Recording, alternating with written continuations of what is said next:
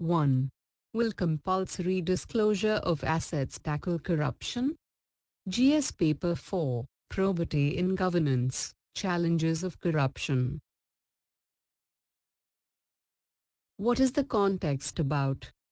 Lok Sabha today approved an amendment to the Lokpal Act to allow extension to 50 lakh central government employees and NGOs receiving government funds in the deadline for filing asset declaration beyond July 31st. The provision will be examined in detail by a parliamentary standing committee which will submit its report before next session of Parliament. What did earlier rules notify?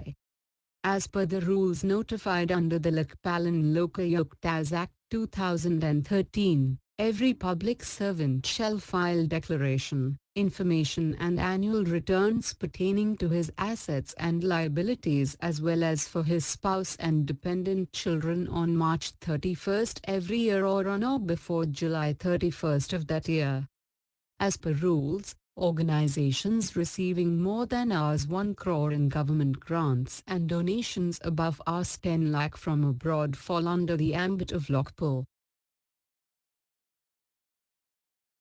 What are the concerns in doing so? Many people feel that the disclosure of assets by public servants, their spouses and dependents constitute a breach of privacy. But compulsory disclosure of assets by government employees is not a violation of individual privacy since there is a direct link between the income, salary and the assets declared.